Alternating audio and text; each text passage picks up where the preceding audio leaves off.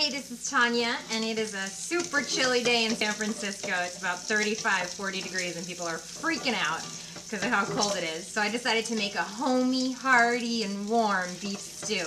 You could call it beef bourguignon if you want, because I am going to add some wine, and I am cooking up some lovely, delicious bacon here. Got the bacon done, and then I've dried off. See, there's the done bacon. Yum. Taken out of the pan. And then I've dried off my kind of 1-inch cubes of beef, and I've salt and peppered them really well. And then I've got this nice bacon grease in there that I'm going to sear the beef cubes with. And you want to be, I'm back. You want to be really careful to not overcrowd the pan, so I'm going to do it in batches. See?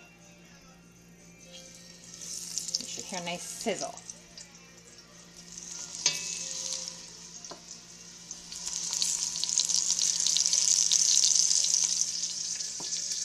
And you're just going to let them in here for about, 2 minutes on each side.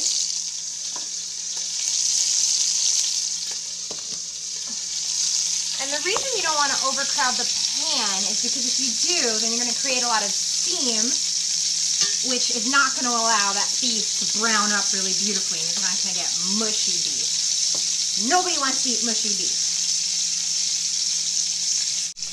I'm just flipping over my lovely, beautiful beef now, and I'll show you.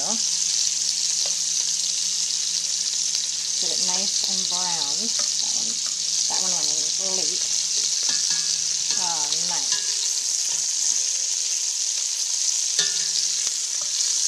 And it's just a beautiful smell that we've got going on right in here. I wish you could smell it. And these lovely pieces of meat. Then I'm going to keep cooking them in here until they're brown. This guy's got to come back over. I'm going to keep cooking them in here until they're brown, and then I'm going to transfer them out to the plate with the bacon and do the rest of the beef until all the beef has been browned on all sides. You hear that? That's the beef sizzling. That's the smoke coming up. It's really nice. And you really want to be careful to not overcrowd the pan because you want the beef to get nice and browned on each side as opposed to just kind of mushy. These guys need a little room to stretch. Move around a little bit. They don't want to be all crowded and lumped in one place together. So vegetarians might not want to look at this next part. Beware. I've warned you. But I've got this heaping plate of lovely browned beef with some bacon underneath.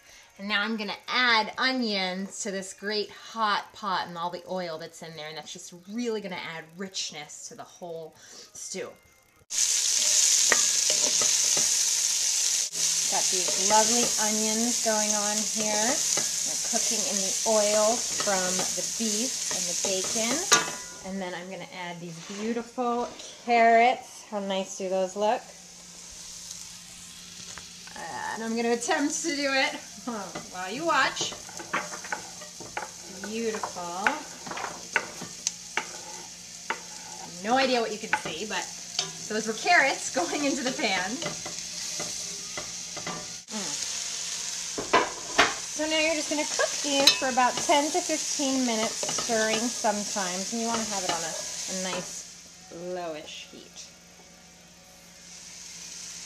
There, I've actually raised the heat and I've salted and peppered them pretty generously because I want to make sure that the base, this heartiness of the soup with the onions and the carrots. Did I just say soup? I'm not making soup, I'm making stew.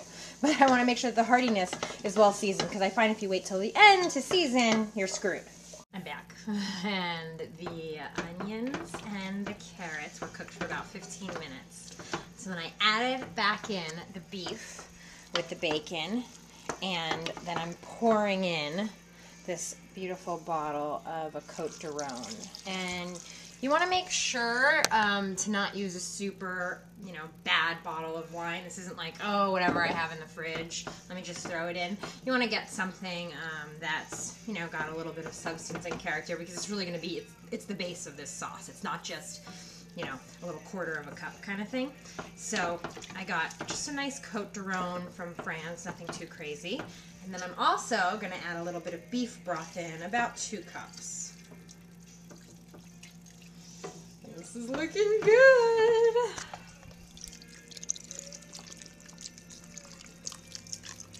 Nice. And then I'm gonna let this come to a simmer, and then I'm gonna put it in the oven for about an hour and a quarter, hour and a half, and it's a low oven, 250, and it's just gonna braise and get all juicy and soft and delicious. I'm also gonna add this handful of fresh ground thyme and about a tablespoon of tomato paste, maybe 2 tablespoons. Nice. So I've taken this stew, the beef bourguignon, out of the oven. It sat in there for about an hour and a quarter. Gosh, you can hardly see it because it's steaming. Now I've put it on the top of the stove and I added some flour and butter to there just to thicken it up a little bit. And now I'm going to add these really beautiful onions that I sauteed in butter and thyme. Wonderful. And then I'm going to add some pearl onions that you can just get in the freezer section. Oh, because I hate peeling those little things. Peeling those little pearl onions are for the birds. So, pearl onions, just like that. Just going to add them in there and then let it simmer for about 15-20 minutes until my guests come. Also just thrown in a few bay leaves because I thought it needed a little bit more seasoning. And it was so good.